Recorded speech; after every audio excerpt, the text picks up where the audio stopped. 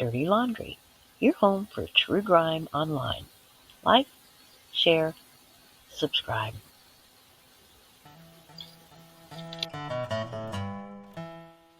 Anyone but Candus? The list of Don Wells suspects basically throws everyone in Summer's life under the broken-down school bus, except the one person most likely to know exactly what happened. He says she's too emotionally distraught to be questioned. Last Thursday, we finally got a chance to see and watch an interview of Don Wells by Scott and Greg of the Behavior Panel. Scott, he's the one with the glasses, he played good cop. He was lending scripture and grinning warmly as Don recounted his heartbreaking life story of betrayal and unjust accusations. Greg played it more curious than bad cop, but clearly Don had reached out to Scott first, hoping for the same sympathy he observed in their first observation video.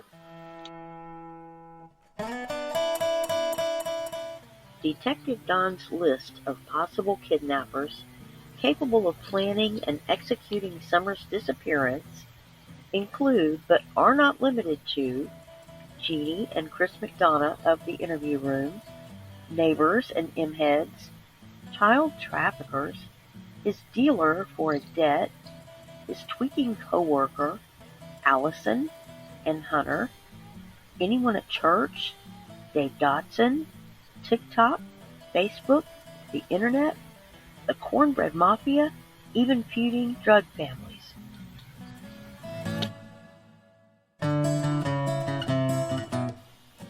Each time Greg or Scott attempted to find out why Don suspected each one, his answers were vague. He blames his busy work schedule. He says he wished Candus could help, but she is too tore up to help with any information that could bring her daughter home.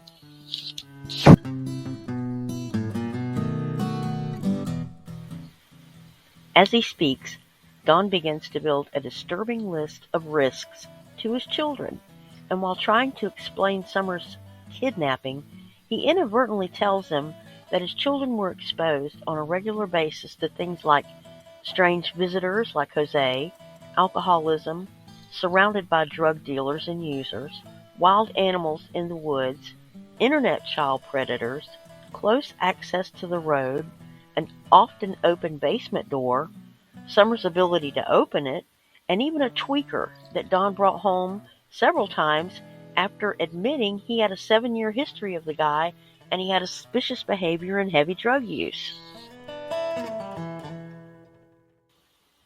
So if their account of the abduction is accurate, a strategically placed deadbolt and alarm would have prevented their daughter's abduction. For about $50, anyone with a shed full of tools could have saved Summer. But we all know Don Wells never takes responsibility or apologizes for anything, ever.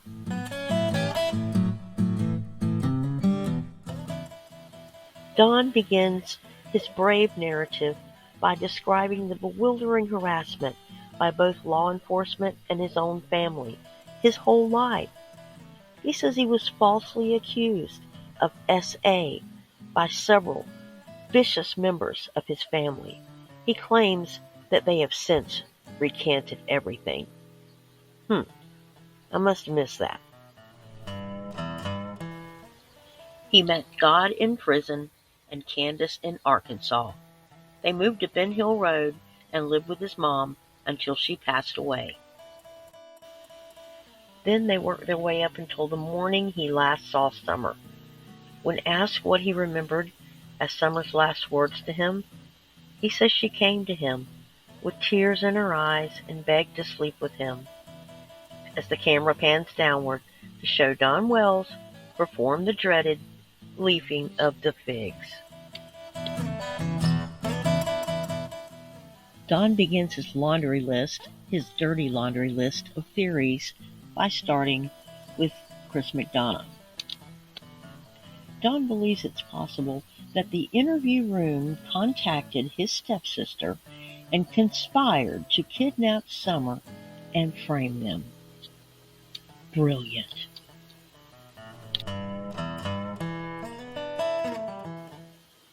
Then he points the finger of shade at Allie and H. Apparently, they dumped off an unwanted dog and an unwanted boyfriend at their house, so Dawn believes her habit of serial mutt dumping qualifies her to be on his suspect list. Okay.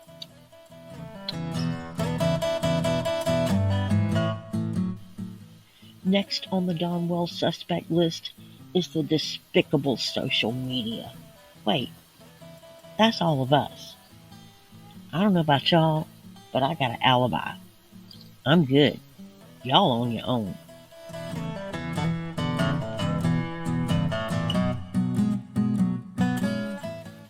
Next in the Dawn Wells circle of shame is his own mother-in-law, Candus, and her girlfriend. But then he mentions, wait, her girlfriend's in a nursing home, and he skips on to the next one like it suddenly doesn't even matter, even though she was the only other adult present when Summer went missing that we know of.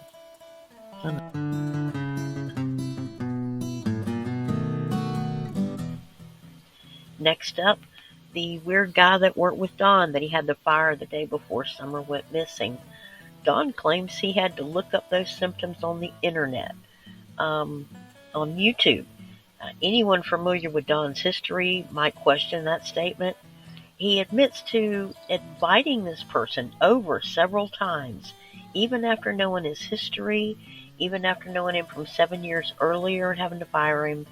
Just another preventable risk that has suddenly turned into a scapegoat. But whether or not he's a genuine suspect, we'd have to ask the TBI or Sheriff Lawson, but I'm pretty sure they would have made an arrest by now.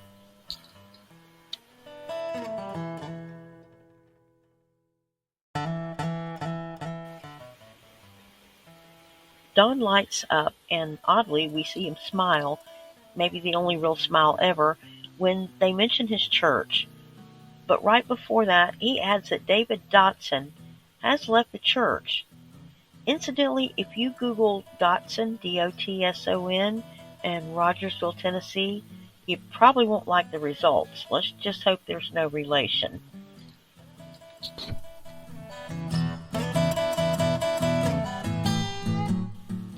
The next person Dawn throws on the fire is the Cornbread Mafia. From what I understand, the Cornbread Mafia was a marijuana trafficking ring from the southeast to the Midwest in the 1970s and the 1980s. Now, nowadays, they probably just mean Southern corruption, so I guess the best person to ask about that would be the sheriff.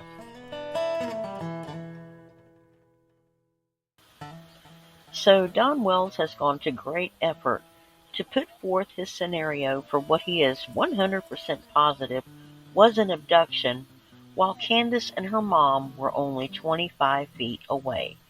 Yet Candus is not on his suspect list. Dawn does seem to have a long line of suspects, but after 3 months, just like TBI and local law enforcement, he has more questions than answers.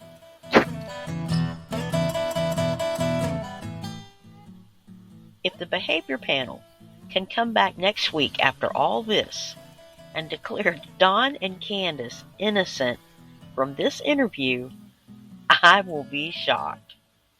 Candus and Dawn should be sober right now and putting their heads together to find out where their daughter could be. They were the first to give up on Summer.